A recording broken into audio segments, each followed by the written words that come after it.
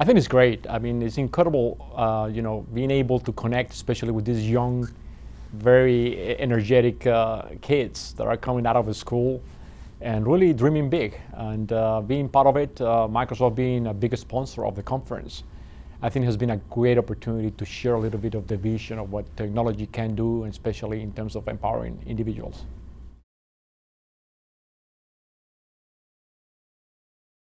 Well, yeah, definitely. I think reaffirm, or actually reconfirm, the importance of technology companies to ensure that you look at the young generations. I had the opportunity to engage with many of them today. It was amazing how I was able to get from them perspectives around some of the ideas that I share with them that I have not thought of before.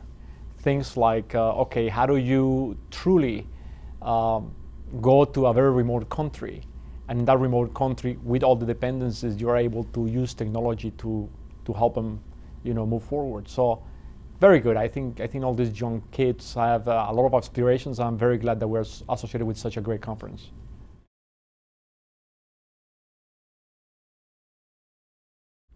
Well, you should definitely come. I think not only the quality of, I guess, the conference or how it is organized, but the topics. Clearly, sales and marketing will continue to be a very important part of how people do business around the world. And in a way, I think this is kind of a little mecca of it, being in an institution like MIT, and of course, talking to new kids or cute kids coming new from school, fresh. They can actually add a lot of value to any company. In our case, one of the things I heard today, for instance, very few companies really hire people coming fresh from school in sales positions that actually have more responsibility that you expect them to have. And that's what we do. We bet on new talent that can come and bring actually a lot of energy into our capabilities.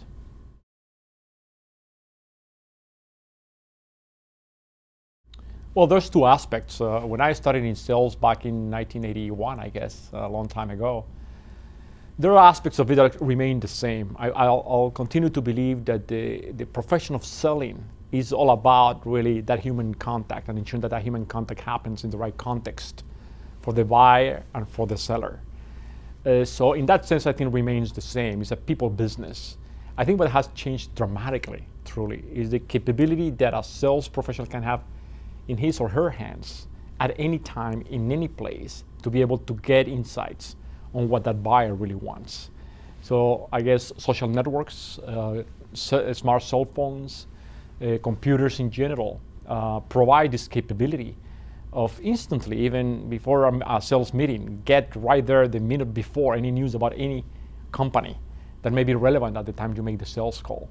So I will say the most important change is how technology has started to transform, making more real-time the sale and getting sellers to be more, I would say, intelligent about getting data at the right time, in the right place, in the right context to do their jobs. So it's a more of a real-time profession now, but the core continues to be a people type of activity.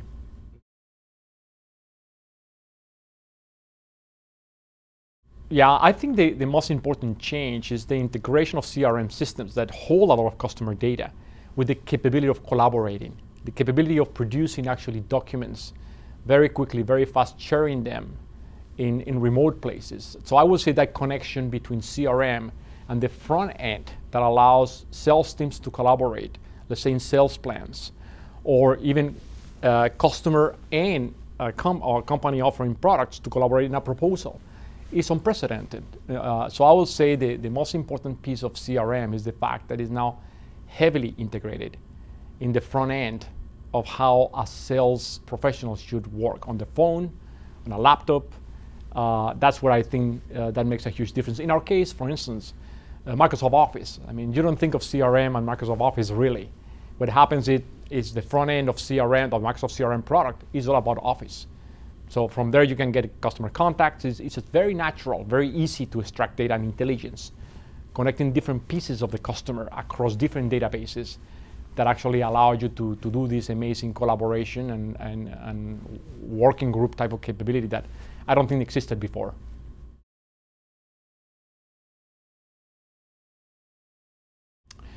Yeah, well, this is the holy grail, I guess, of management. I think it's very difficult to run any business, and for that matter, our global business, without data analytics. And it's not all really about the data analytics per se, it's the capability of doing it real time. So the value of the data actually diminishes as the value of the data kind of ages. So for me, for instance, being able to get just on Excel, which is truly a data analytics engine that allows me to basically look at the profit and loss statement of any country around the world and compare not just one line, but all the lines of a profit and loss statement to see how well they are doing against others. It's just an amazing thing, and you do it real time. Data analytics shouldn't be offered just to managers. I think it should be available to the whole organization. Now, how do you manage privacy and security of the corporate data is certainly something that we can talk about. But by definition, I think if data analytics don't allow you for broad access to different repositories of data that come into the context of the different functions of organization, I think that company was going to be left behind. In our case, for instance, controllers of the company or the finance people have access to certain dashboards that allows them to truly track and bring the data in the back end into a single dashboard that can allow them really to analyze their functions. The case of the salespeople is more around the account plan and how the account plan provide analytics and trending, what's happening with the account or other accounts, comparing accounts and customers, penetration of our products by type of customer, by type of industry. This is phenomenally important. The beauty of it, though, is that you don't have to be a very wealthy company to now have those tools. I think products like SharePoint, in the case of Microsoft, that allows you to truly create this capability of bringing data together, again, and adding collaboration to data analytics. Not only about you analyzing the data, but can I take that dashboard and put in somebody else in Australia so you and I can look at it? So I'll say the concept is expanding. A lot lower cost, really integrated in all the functions of every company, and the capability to be able to collaborate across many of the functions of the company.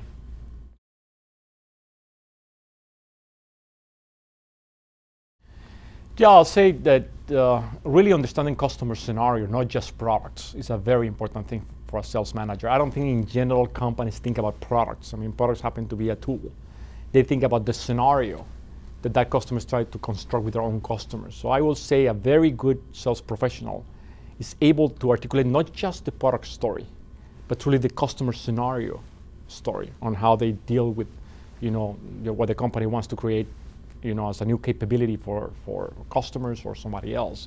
So that would be one. I think talking more customer scenario than product itself. The second one is discipline. I mean, discipline actually is a lot more possible today. The real good sales managers today use, for instance, pipelines, using all these analytics in a very systematic way. Every Monday, you sit down, you look at it, you see if indeed you are producing the maximum throughput and output of the team. So I think good managers, sales managers, truly take into consideration how the team as a whole is performing based on analytics that they can use, and technology presents that huge opportunity to make it happen. And then the other one that I would say is tremendously important is sales professionals shouldn't think just of the sales function, meaning I go and sell products or customer scenarios to customers, but how that thing translates back into how the company could do better in product development. This is an angle I think sales managers miss some time. But I think probably the people that is the closest to the action is the sales manager and his or her team. So being able to capture all that data, all that interaction in a meaningful way, and then bringing back as input into product development or the design of marketing campaigns or other type of activities, I think is essential. And I don't think today, that's actually a common practice. There's not a systematic approach in which companies create the rhythms and the forums in which sales managers can bring all this wealth of data, customer data, to produce better products and produce better results over time.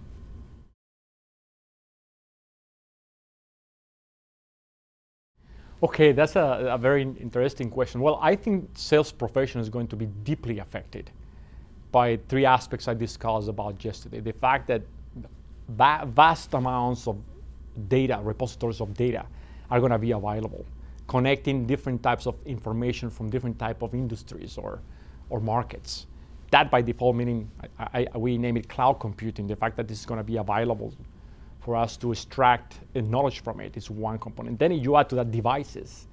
That means that a sales professional could be, if that person chooses to, be connected 24 hours a day with data absolutely up to date. I'll say that is going to be very, very, very, very important. And how I think this plethora of devices are going to do that. Then you have this new capability on how applications, in this case CRM, is going to evolve with time, with the new technology, bringing these vast amounts of data, bringing the devices, and then these new applications. So, you know, we may even think of times where CRM is going to be so aware that you are connected to a certain customer that will tell you, even in places where you are not expected to meet the customer, to tell you that customer is around. And you may want to have the opportunity to meet him. It's just a location-based situation where perhaps the CRM system is going to be smart enough to tell you preference about that customer, or even that the customer is in the same meeting you are, even though you never plan to meet him there. Just the location is going to tell you, do you want to meet him? Do you want to try to create a connection with that customer? By the way, that I'm giving you on top of that all this information about what happened in the company the last 24 hours. You combine those two things, and it's right there. I think I could create an opportunity for selling. So I think the CRM of the future could be very location-based, and so these devices could actually advise you in terms of where are these customers, how they behave, are they looking for new products, what type of events they are attending, to tell you, okay, this is the type of topics they are kind of looking into. Of course, you always think about privacy and security and all that needs to be resolved. But I think the CRM of the future is going to bring all this intelligence to make it really real time. So the opportunistic approach of it, even at times you don't plan for having an opportunity to do, or take an extra step on the sale, will be there at the fingertips of people.